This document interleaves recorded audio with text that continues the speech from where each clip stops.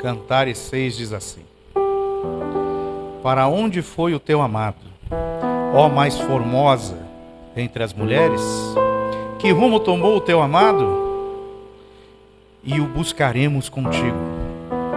O meu amado desceu ao seu jardim, aos canteiros de bálsamo, para pastorear nos jardins e para colher os lírios.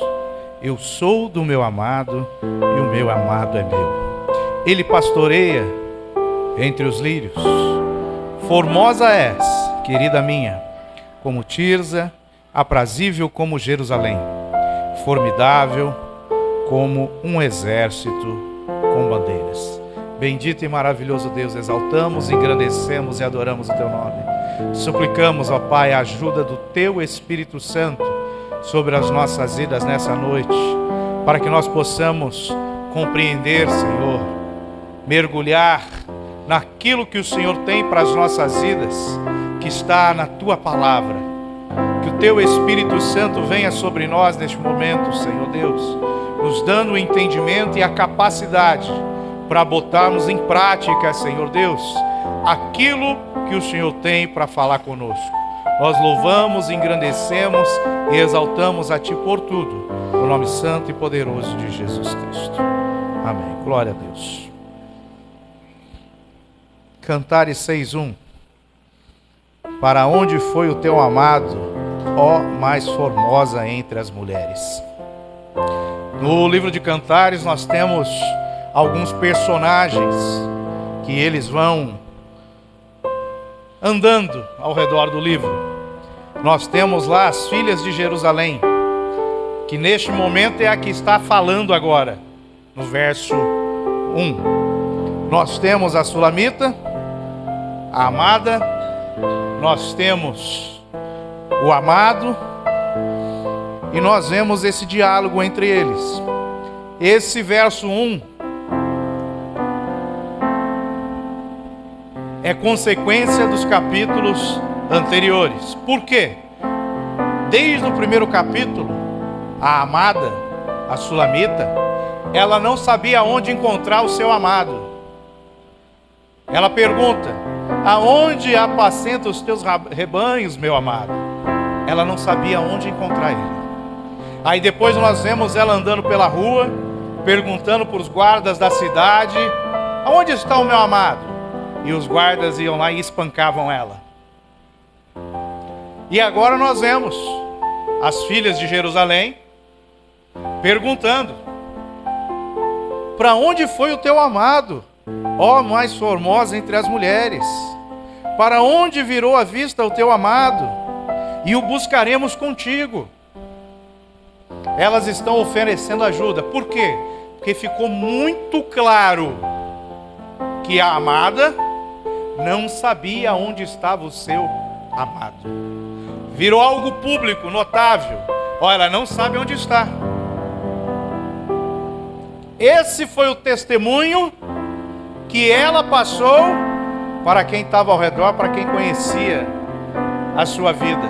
Ela não sabia onde estava o seu amado. E agora as amigas vêm e querem oferecer ajuda para encontrar o amado dela. Ou seja, isso é terrível. Porque quando nós nos entregamos a Jesus, quando nós aceitamos Jesus, nós nascemos de novo. Ao nascer de novo, você se torna uma criança. E a criança, muitas vezes, ela não tem muito senso de orientação. Ela não sabe onde encontrar as coisas, as pessoas. Ela é muito frágil. E essa mulher aqui, que já estava, vamos falar assim, quase entrando na terceira fase do casamento, já entrando para as bodas com seu amado, ela não sabia onde encontrar o amado da sua alma. Daqui a pouco eu vou falar hoje sobre guerra, tá? Sobre exército, sobre soldado. Esse texto aqui é lindo para isso. Então, entendem? Até os capítulos anteriores, ela conhecia Jesus, falar na nossa linguagem, mas não sabia onde encontrar Jesus. O negócio apertava e agora? O que eu faço? Em vez de eu correr para Jesus, eu corro para o profeta, corro para a profecia. O que eu faço? Onde está Jesus? E ó, é notável. As pessoas olham e veem, ó, ele não sabe onde encontrar Jesus. Ele não sabe o que fazer nessa situação. O testemunho que a amada passou. Então antes, ela pedia ajuda, ia até os guardas a espancavam. Só que agora, em Cantares 6, você vai ver que coisas diferentes começam a acontecer. E essas coisas diferentes são fases na nossa vida, que precisam acontecer na nossa vida também. Então o que eu preciso entender? Que o meu nível espiritual, ele precisa mudar. Que quando ele mudar, coisas diferentes vão começar a acontecer. Então vamos entender aqui por que começou a mudança. Verso 2. Fala assim: o meu amado, ele desceu ao seu jardim, aos canteiros de bálsamo, para alimentar nos jardins e para colher os lírios. Aonde está o seu amado? Está no jardim. Ele desceu aqui para se alimentar, para colher os lírios.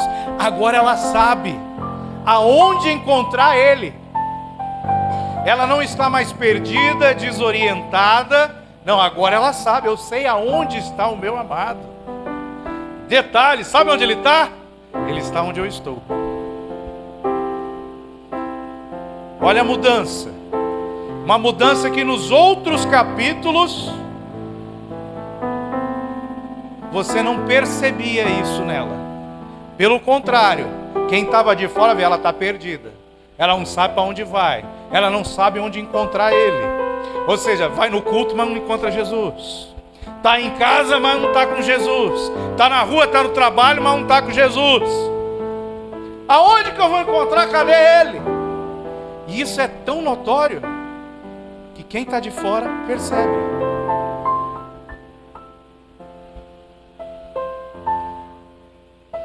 Então o nosso nível espiritual, ele muda quando nós sabemos exatamente aonde está o nosso amado.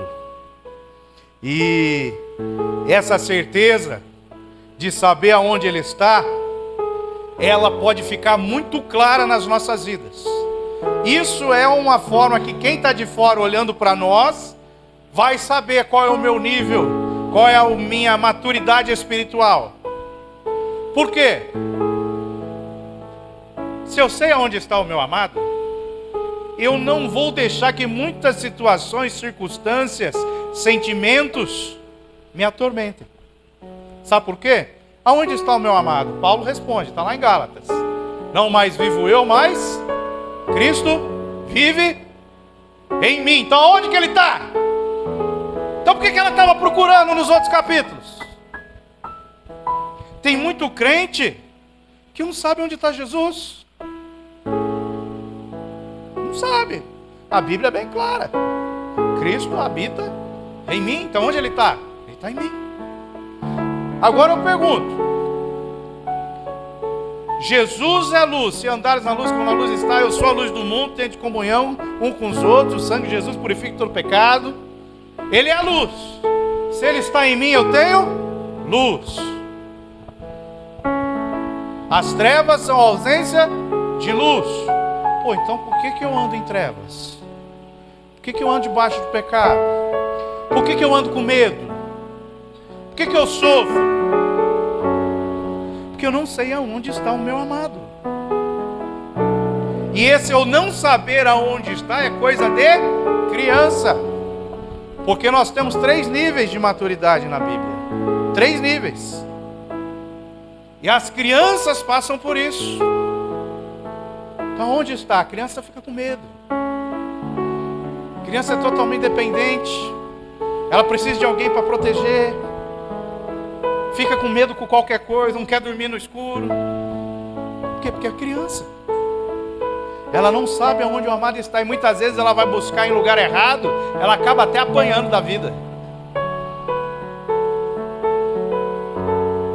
Então o nosso nível espiritual, ele muda quando nós sabemos exatamente aonde está o nosso amado. E com essa certeza, o medo, as aflições dessa vida, que são muitas, Jesus falou que nós passaríamos por aflições, notícias, tantas coisas que vêm, enfermidade que se levantam sobre nós. Se eu tiver a certeza de onde está o meu amado, isso não me aflige. Mas para isso eu tenho que ter certeza. E a fé é o quê?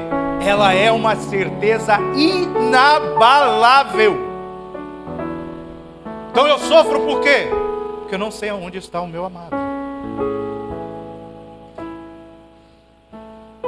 E a pergunta é: agora, aonde está o seu amado? Aonde ele está? Será que ele está no céu, à direita de Deus Pai Todo-Poderoso, rogando, intercedendo por nós? Você está sozinho aqui? Aonde está o meu amado? Aonde está o seu amado? Porque quando eu sei aonde ele está, eu não deixo nada atrapalhar o meu relacionamento com ele. Então se eu estou aqui louvando, eu estou adorando, eu sei aonde ele está. Eu não estou aqui só para cantar. Canta até no boteco. Se eu estou aqui para adorar e eu sei aonde ele está, nada pode me impedir de adorar ele. Nada vai impedir eu de estar ali, ó, com o meu amado, dando um cheiro nele, quietinho, oh, coisa linda, me declarando para ele, porque eu sei aonde ele está. Tem gente que não quer que você adore. O diabo é um deles.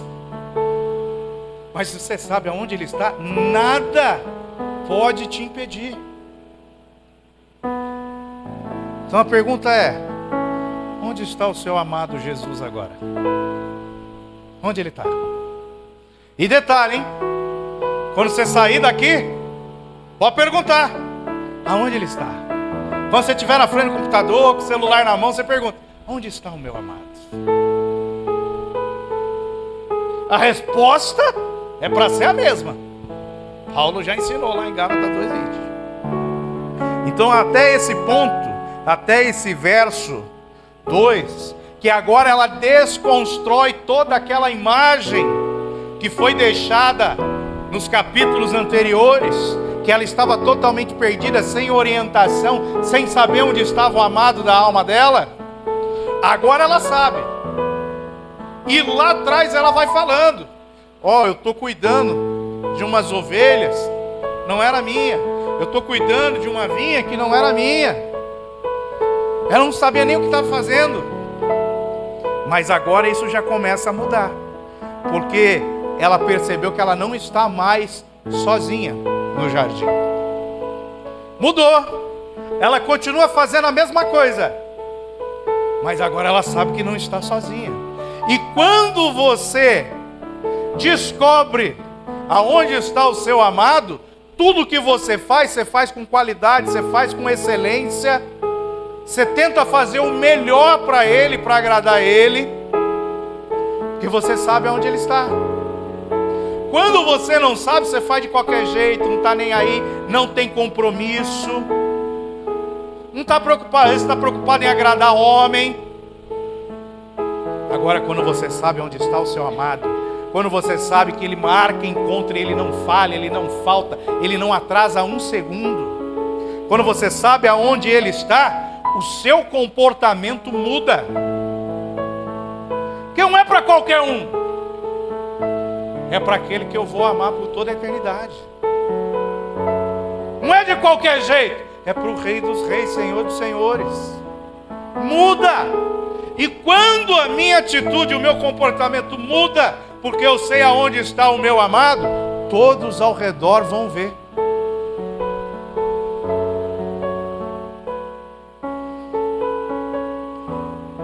Então, como ela percebeu onde estava, que ela não estava mais sozinha, ela começou a entender: o meu amado está comigo. E ela vai começar a fazer declarações aqui lindas. Por quê? O texto que nós lemos fala: ele desceu ao seu jardim, aos canteiros de bálsamo, para pastorear nos jardins e para colher os lírios. Então presta atenção.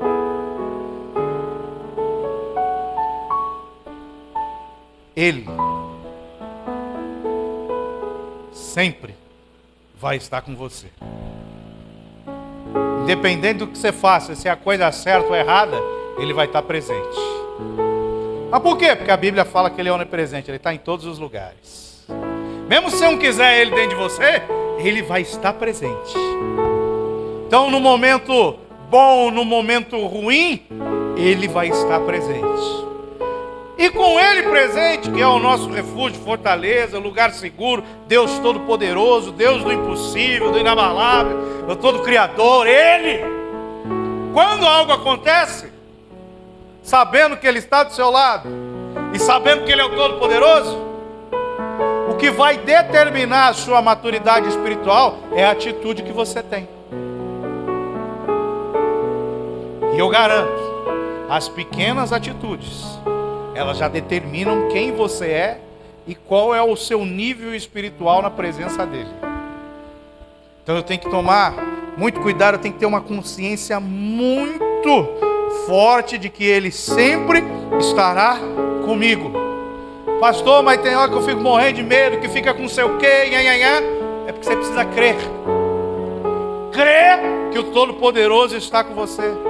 Crer que Ele é a luz na hora da escuridão. Você precisa crer. É bem simples. E tem um detalhe maravilhoso. Então eu sei aonde está o meu amado. Meu amado, Ele desceu ao seu jardim para colher. Então você colhe, na teoria, algo que está pronto para a colheita. Você não colhe nem antes, você não colhe nem depois. Porque se colher antes não vai chegar no estágio certo, se colher depois pode apodrecer. Não, você tem que colher no momento certo. E Ele desceu para colher. E o próprio Senhor Jesus, Ele conta uma história real, de uma figueira que secou. Lá em Marcos 11, Ele fala assim: no dia seguinte, quando saíram de Betânia, Ele teve fome. Vendo de longe uma figueira que tinha folhas, foi ver se nela acharia alguma coisa. E chegando a ela, não achou senão folhas, porque não era tempo de figos. E Jesus falando disse à figueira: nunca mais coma alguém fruto de ti. E essa figueira, ela secou. Mas peraí, pastor, está falando que tem tempo para dar o fruto? E Jesus, Ele vem antes da hora para colher o fruto? Ele é Deus. Ele tem esse poder, Ele tem essa autoridade para Ele fazer o que Ele quiser. Até mesmo ir contra o ciclo natural do mundo, das estações, da natureza, das culturas agrícolas, seja lá do que for. Ele é Deus. Agora a pergunta é: se Ele está comigo, se eu sei aonde Ele está comigo o tempo todo, o que impede Ele de chegar para mim e falar: estou com fome, vim buscar o fruto? Cadê o figo? E para algumas pessoas Ele já está falando, tá? Cadê os frutos? Cadê o figo? Sabe por quê? Porque Ele está conosco. E quando Ele está conosco, Ele vem colher os frutos. Então eu preciso estar pronto para dar frutos quando Ele vier buscá-los. Eu preciso estar pronto para dar fruto no momento que Ele abrir a boca e falar: vim buscar os frutos. Cadê?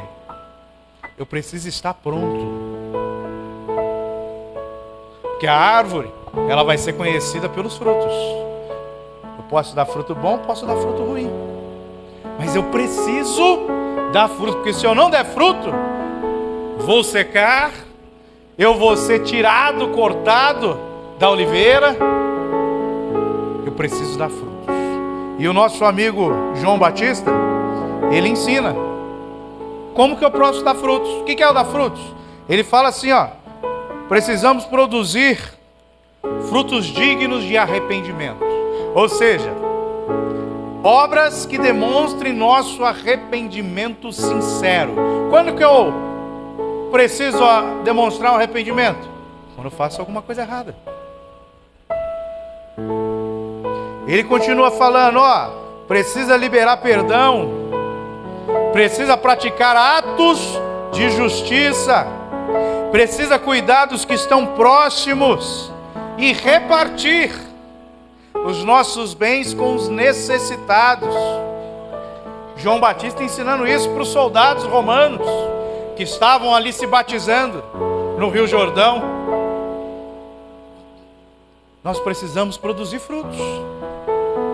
E esses frutos aqui são os mais simples.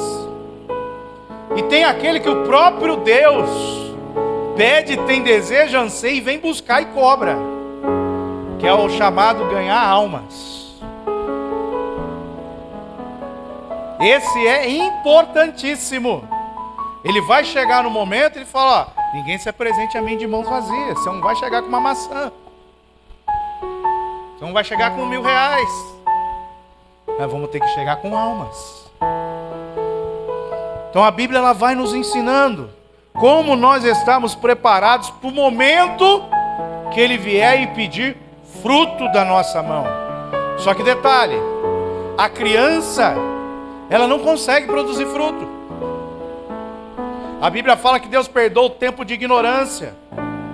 A criança, ela é ignorante em muitos assuntos. Ela não vai conseguir produzir como uma pessoa madura. O problema não é ser criança, porque o reino pertence a eles. O problema é você continuar criança por muito tempo.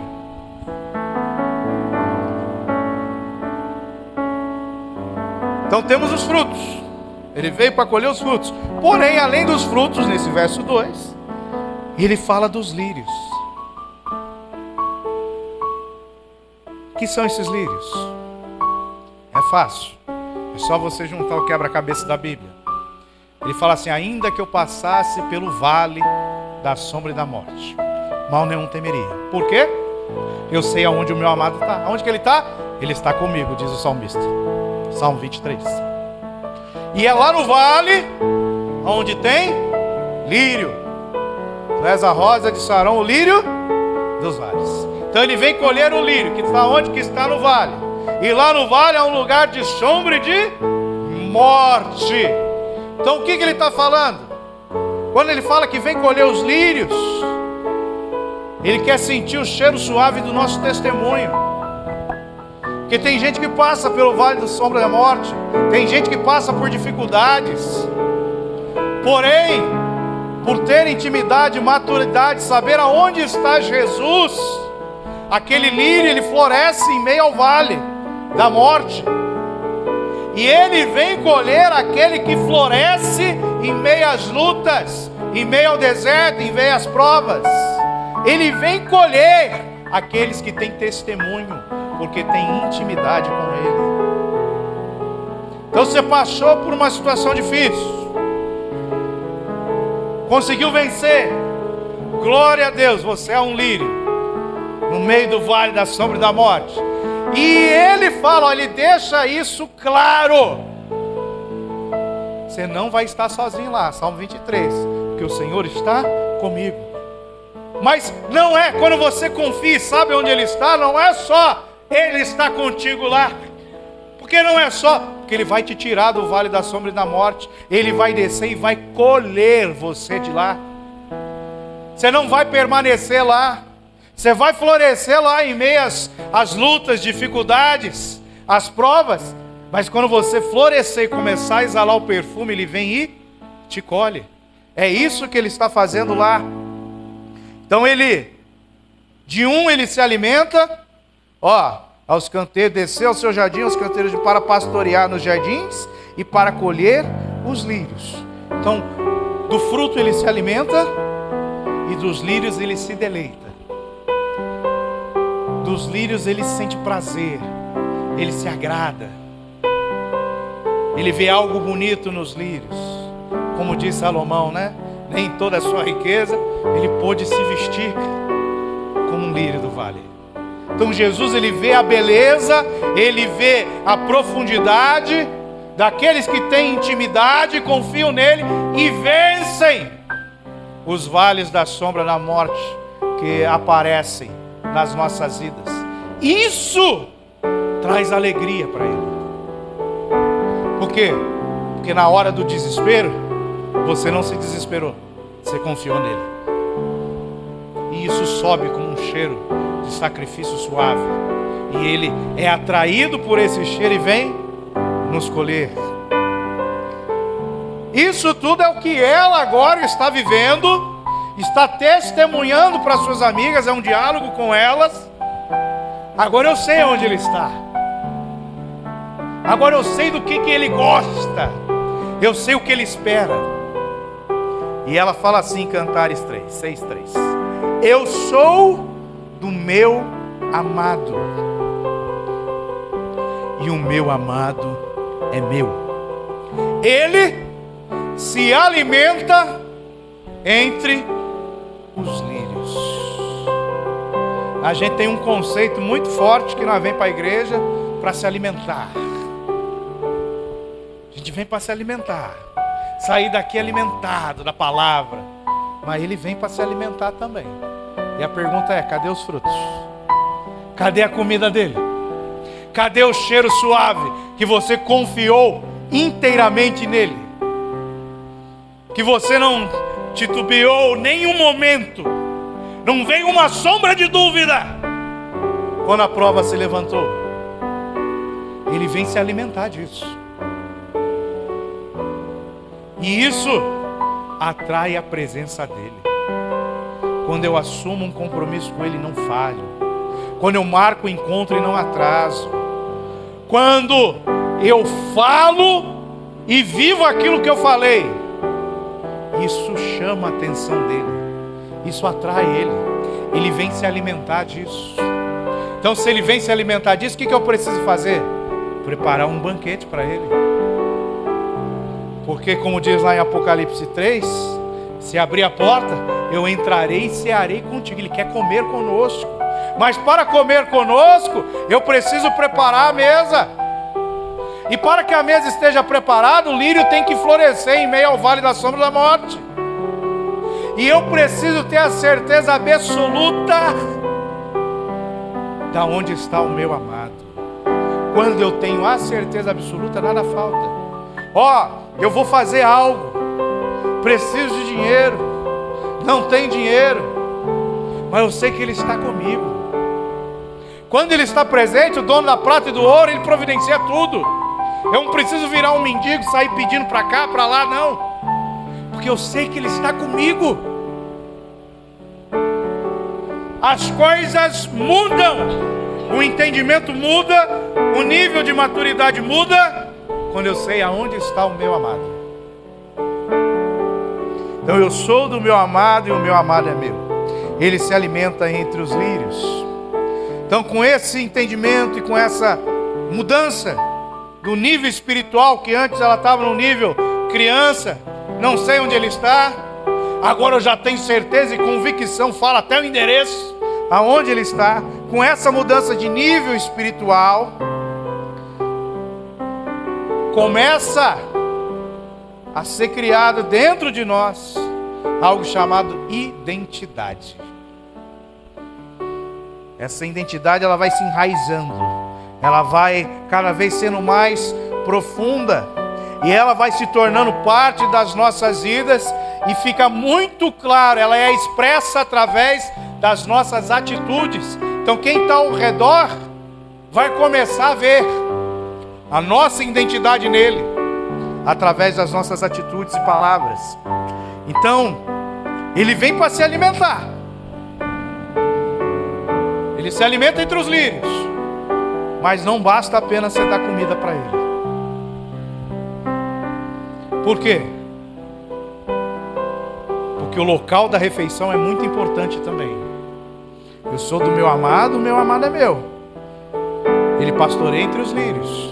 Então, quando eu vou alimentar ele, o local aonde ele vai comer tem que ser bonito, tem que ser cheiroso, não pode estar sujo, não pode ter sujeira. Você acha que ele é porco para comer no meio da sujeira? Ele é o Rei dos Reis, Senhor dos Senhores. Não pode ter pecado. Por isso que tem muita gente que não consegue mudar de nível, porque está oferecendo algo para ele, até com uma intenção boa no coração, mas está oferecendo coisa suja, coisa feia. Ele não aceita não. Ele não precisa se submeter a isso. Para ele tem que ser sempre o melhor, o mais bonito, cheiroso, agradável. Então, para você entender, não basta você fazer a obra. Tem muita gente que fala, fazer a obra, vou fazer. Não basta. Quer dizer nada isso. Não basta você trabalhar para Jesus. A igreja lá de Éfeso estava fazendo a obra, trabalhando para Jesus, perdeu o primeiro amor. Não adiantou nada. Então não basta você fazer a obra, não basta você tocar, cantar, pregar, não basta você trabalhar para Jesus, que quem trabalha quer algo em troca. Não basta isso. É necessário fazer tudo isso. Fazer a obra, trabalhar para Jesus. É necessário fazer. Mas tem que fazer limpinho. E o fazer limpinho na Bíblia chama santidade. Chama obediência. Eu vou falar de guerra, de exército. Entenda? Então, ou seja, quando eu faço a obra, trabalho para Ele em obediência e em santidade, eu estou alimentando Ele entre os lírios, entre a beleza, entre a pureza, entre o perfume. E para a gente entender isso, essa linda expressão de amor que ela faz no verso 3, eu preciso entender o que são níveis espirituais, níveis de maturidade. 1 João capítulo 2, 12 fala assim: filhinhos, nível 1, escrevo-vos porque pelo seu nome vos são perdoados o pecado. Aí agora já pula para o nível 3. Pais, escrevo porque conhecestes aquele que é desde o princípio. Aí vem para o nível 2. Jovens, escrevo-vos porque vencestes o maligno. Então eu tenho filhinhos, crianças, tenho jovem, que só se torna jovem quando ele vence o maligno. Ou seja, já deixou aquela coisa do pecado de criança que ele fala aqui. Já entrou num outro nível de maturidade. E eu tenho os pais. Quem são os pais? Pais são aqueles que geram filhos e cuidam deles. Que é o mandamento que Jesus deu antes de ser assunto ao céu. Ide por todo mundo, pregar o evangelho, fazer discípulos. Ou seja, eu prego, ganho a alma e cuido. Ou seja, eu vou lá, gero um filho e eu cuido dele. É o que Jesus mandou fazer. Então existem esses 3 níveis espirituais. Como criança, você pode até dizer: eu sou do meu amado e o meu amado é meu. Mas você vai estar falando isso como criança. Quando você fala com criança, é como se você estivesse falando. A sua fala tem poder para a vida e para a morte. Esse poder chama unção. E a unção tem níveis. Então quando você fala como criança, você está falando com uma unção muito baixinha. Eu sou do meu amado e o meu amado é meu. Mas você pode falar isso aqui no nível 2. Você pode falar isso aqui como jovem. Porque agora você já venceu o diabo. Eu sou do meu amado e o meu amado é meu. A unção aumenta. Tem mais autoridade naquilo que você fala. Por quê? Você tem mais intimidade com Ele. E você pode falar como um pai. Como um pai que gera, como um pai que cuida e como um pai que dá destino para os filhos no mundo espiritual. Então o mais importante é você começar a falar: eu sou do meu amado e o meu amado é meu. Que agora você está criando uma identidade com Ele. Mesmo sendo criança, fale: eu sou do meu amado é meu. Mas entenda que você não pode falar isso como criança para sempre. Você tem que crescer. Depois que você começar a falar: eu sou do meu amado, a prioridade é você dizer essa frase com mais unção, com mais profundidade. Isso tem que estar claro. Então, eu sou do meu amado e o meu amado é meu. Eu sou do meu amado é meu. Eu sou do meu amado e o meu amado é meu. O reino de Deus, ele se move por intenção. Intenção do coração. E junto com a intenção tem algo chamado de intensidade. Quanto mais intenso eu for com as intenções corretas, mais o reino de Deus se move em meu favor. Quanto mais frouxo e morto eu for,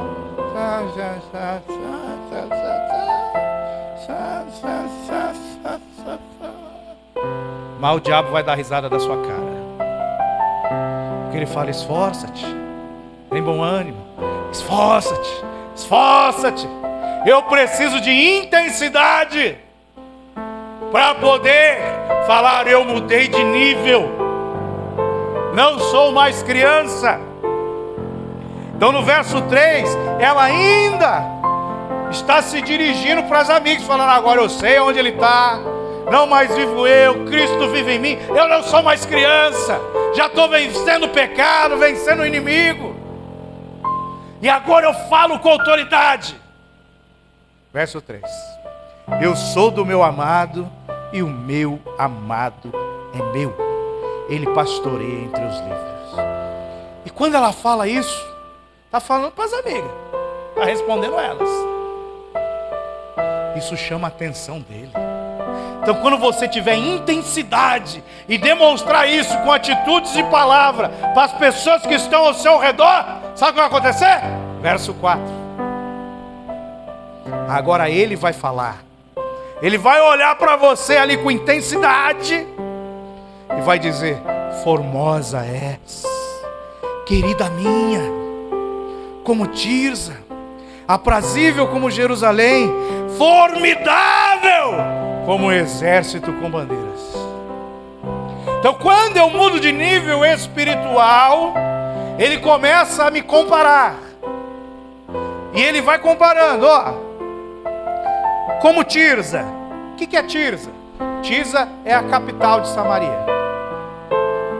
Quando o reino foi dividido, quando Salomão morreu, então ficou ali Judá e as 10 tribos. Judá, Benjamim e as 10 tribos. Capital de Judá, Jerusalém, o local mais importante e sagrado do planeta. E Tirza, capital das 10 tribos. Local importantíssimo para Deus. Então ele está falando: quando você começar a dar testemunho com intensidade, mostrar para todos ao teu redor que você me ama, eu vou começar a ver beleza em você. Eu vou começar a ver formosura em você. Vou falar que você é minha querida, que você é como as capitais das cidades do meu reino. E o mais importante, que é onde a gente entra na pregação agora: você é formidável como como um exército com bandeiras. O que é um exército? O exército é feito de uma pessoa? Não. Geralmente é de muitas pessoas. Muitas. O exército de Israel já chegou de 300 a 2 milhões de pessoas, de soldados, nas contagens que eles faziam aí nos livros. 300 mil a quase 2 milhões, que mandaram parar de contar. Então o exército é uma multidão de guerreiros, de pessoas que já não são mais crianças, que já estão preparados, sabem usar as armas. E quando você tem amor, intimidade e intensidade, ele compara você, umzinho, com um exército inteiro. É o que ele está falando aí. Ó, como um exército. Formosa é, está falando da mulher, da amada, como um exército com bandeiras. E quando ele está falando de bandeiras, ele está falando de divisas de guerra dentro desse exército. Eu tenho a bandeira da cavalaria, eu tenho a bandeira daqueles que voam, nós conhecemos como força aérea. Eu tenho a bandeira daqueles que vão pelo mar. Não sei se você já viu, os brasões são até diferentes. são as bandeiras. Dentro de um pelotão, por exemplo, do mar, eu tenho fuzileiros navais, tenho paraquedistas, tem várias bandeiras dentro de um único exército. E quando eu tenho intensidade no meu amor por ele, quando eu visto a camisa, vamos assim falar, ele me compara, euzinho, como um exército inteiro com bandeiras. É algo muito profundo. Mas para chegar nesse nível, no nível 4, no versículo 4, você tem que passar pelos outros 3 primeiro. E quando ele chega no verso 5, que nós nem lemos ainda, o verso 5 ele fala assim, ó: você que é um soldado, que eu te comparo como um exército inteirinho com bandeiras, você que tem intensidade, que tem amor, você vai começar a produzir isso que está no verso 5.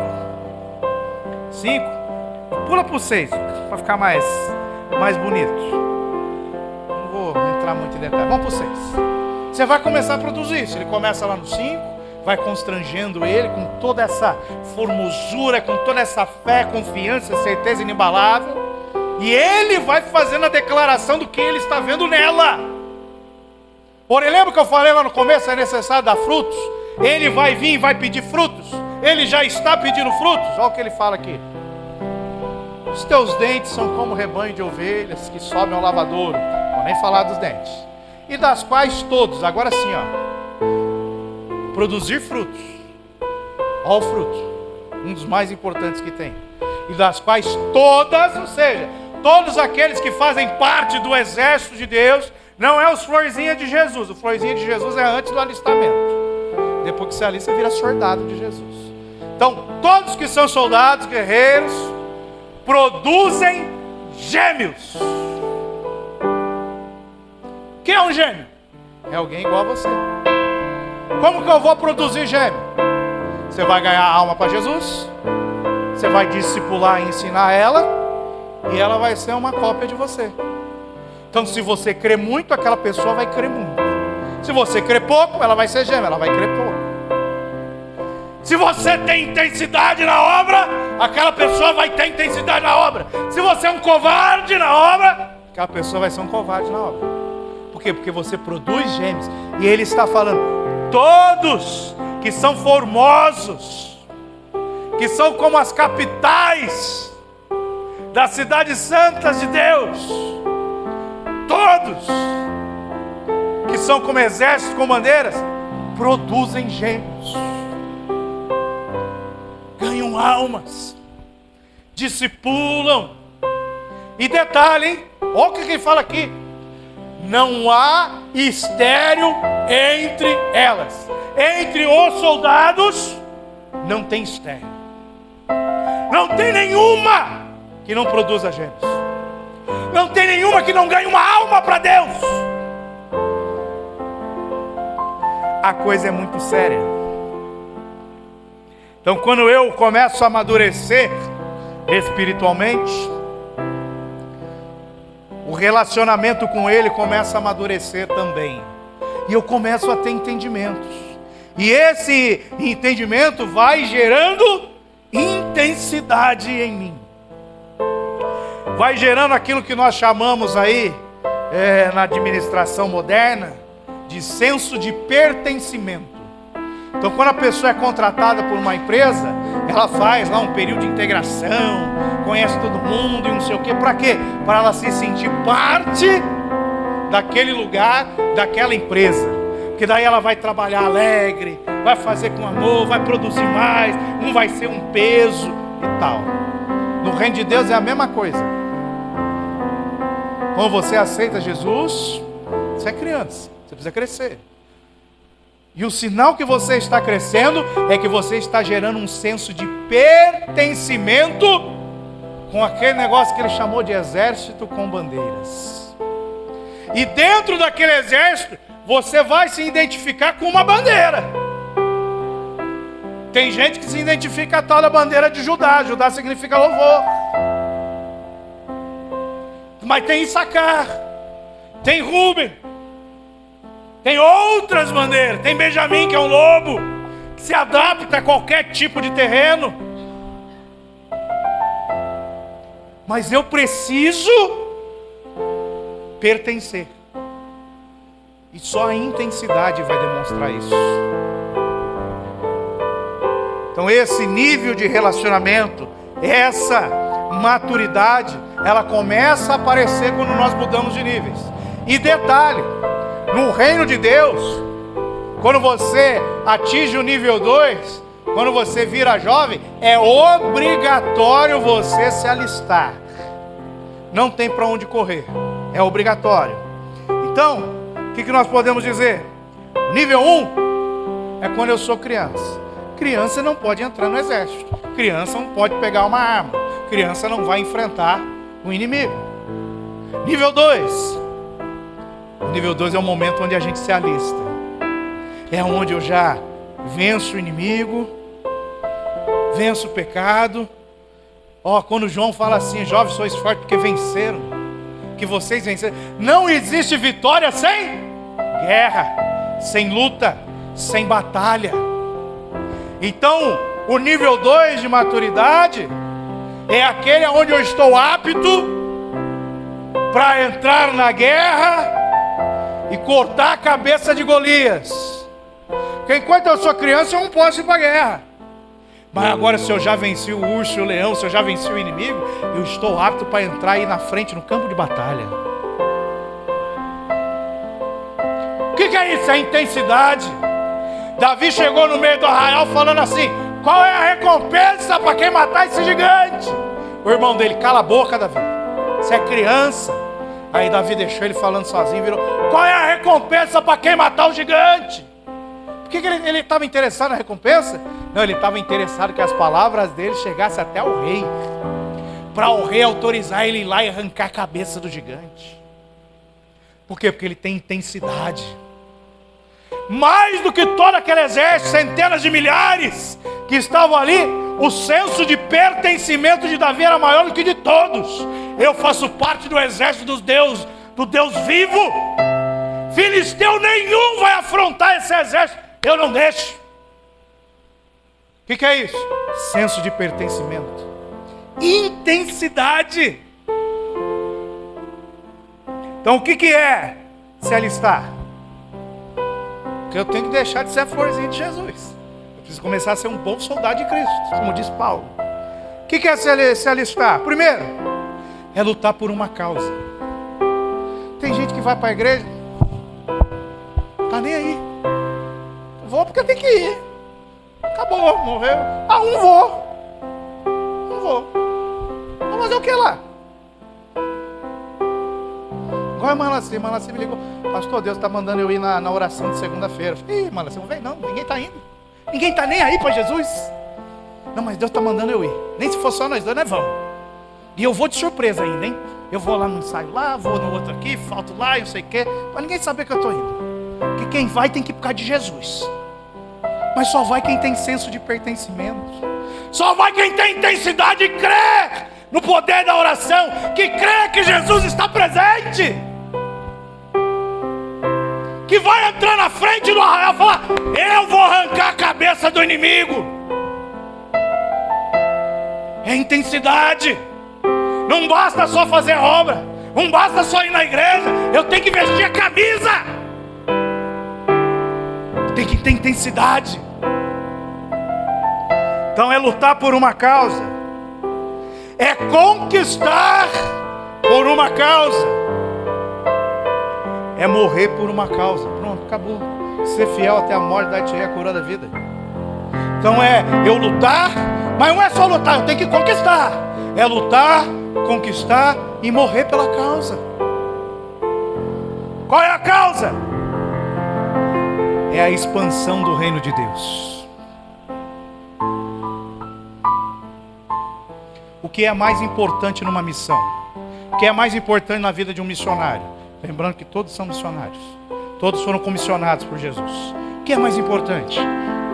Primeiro, é eu chegar no céu. Se você vai ou não, não sei, eu vou. O mais importante é eu cuidar para que eu entre no céu. Segunda coisa mais importante é não chegar lá sozinho.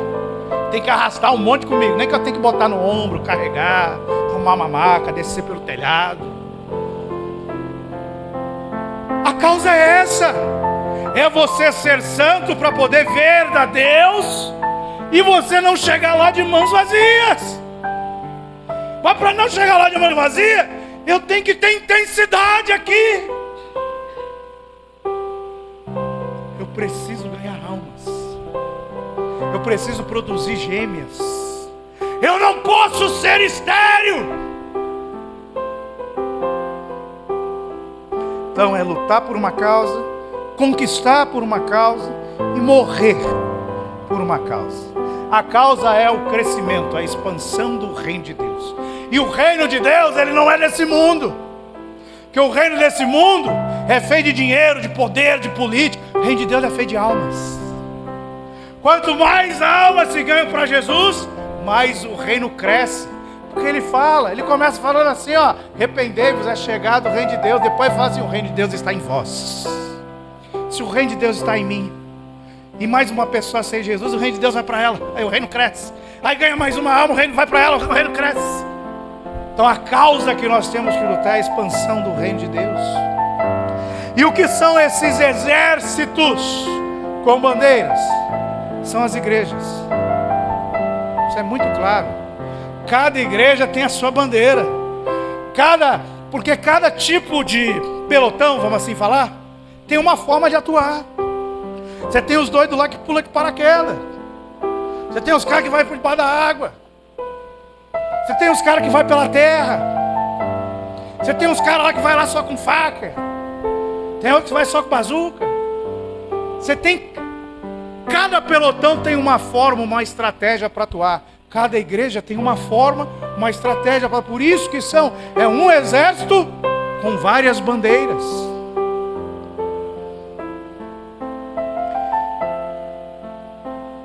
Nós, quando chegamos no nível 2 de maturidade, nós nos alistamos e o nosso objetivo é desfazer as obras do diabo para ganhar as almas e o reino se expandir. Jesus fala, eu vim para desfazer as obras do diabo e vocês farão obras maiores do que a que eu fiz. Então nós vamos desfazer as obras para tomar os despojos que são as almas e o reino se expandir. Mas para fazer isso eu tenho que me alistar. Quando me alisto, aceito Jesus, eu vou para uma igreja. Aí eu pego a bandeira da igreja e colo aqui, ó, no braço. Tem uns que uniforme que cola no peito. Você vai ver o uniforme das Forças Armadas, tem lá a bandeirinha do Brasil aqui, ó. Às vezes está em cima. Por quê? Porque agora eu tenho uma identidade com o exército do Deus vivo. Você não vê um soldado trabalhando sozinho. Então nós somos soldados quando nós carregamos a bandeira da nossa igreja. Então se eu não tiver esse compromisso e essa identidade com essa bandeira, eu ainda sou criança. Eu não faço parte desse exército. Então nós precisamos nos envolver. Primeiro ponto. Precisamos nos esforçar. Precisamos acreditar. Por quê? Porque quando nós defendemos a causa, Deus garante que tem recompensa. Pode ser que a recompensa não seja nessa vida, mas tem recompensa.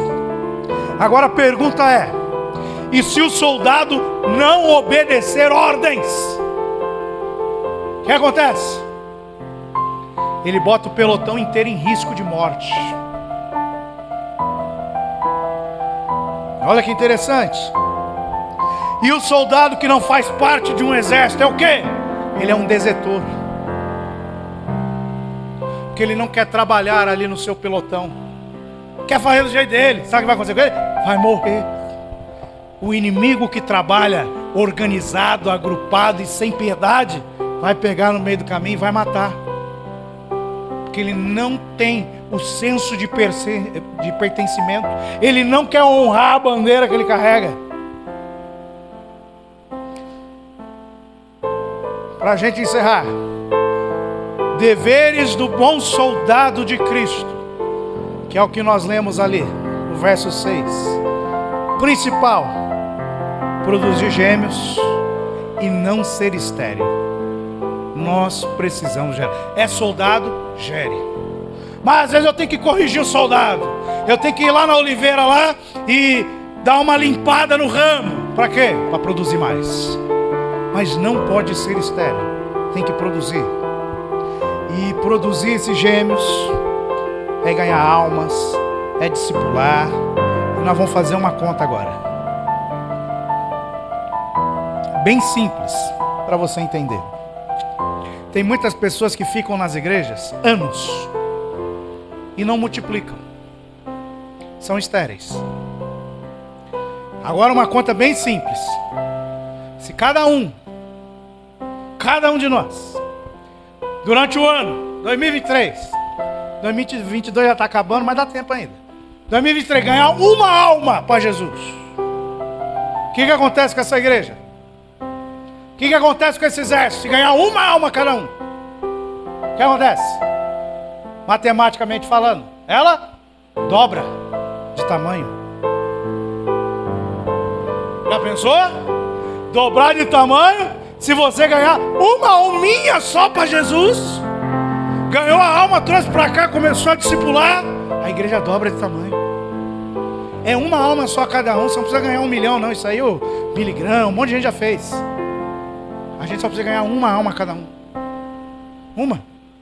Nós precisamos produzir gêmeo. Gêmeo gera um. Às vezes durante um ano inteiro, 365 dias. Às vezes você pode ser diferente. Você pode ser aquele que não vai gerar gêmeo, vai gerar trigêmeos. Ó, se a gente ganhar uma alma, a gente dobra de tamanhos. E se ganhar 2 almas cada um, o que acontece? O que acontece com a igreja? Ela triplica de tamanho. Se cada um, presta atenção, hein? Se cada um aqui durante um ano inteiro ganhar 3 almas, a gente já mudou daqui. Não vai caber mais gente aqui. Tá vendo como o negócio é simples? 3 pessoas que nós trouxemos para a igreja, nós já temos que procurar outro lugar.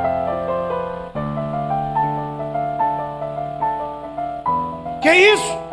É quem já é maduro, quem entende que o gerar almas, ganhar almas, é o mais importante, porque faz parte do exército do Deus vivo.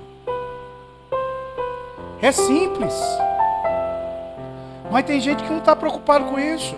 Está preocupado com as notícias, com o futebol, com a crise política, com o não sei o que, com o bababá. Não está nem aí para isso. Mas é simples. Jesus deixou bem claro, o reino de Deus precisa ser multiplicado. Se eu te der um talento, faça ele virar 2. Se você enterrar, vai ser lançado na escuridão, vai haver choro e ranger de dentes. Então não basta só vir, nós precisamos multiplicar. Quando nós multiplicamos, é um sinal que nós fazemos parte do exército de Deus vivo. Vai pro 10, Lucas. E tudo na Bíblia, na cultura judaica que se repete é importante. Olha o que ele fala no 10. Quem é esta que aparece como a alva do dia, formosa como a lua, brilhante como o sol, formidável como um exército com bandeiras? Ele repetiu. Ele está esperando de nós fazemos parte, nos envolvermos com o exército. Nós verdadeiramente carregarmos a bandeira e isso ser notável para todos que estão ao nosso redor. Como? Com intensidade. É o que Ele espera. E nós precisamos satisfazer essa necessidade dEle. Amém? Vamos ficar de pé. Vamos orar. Glória a Jesus.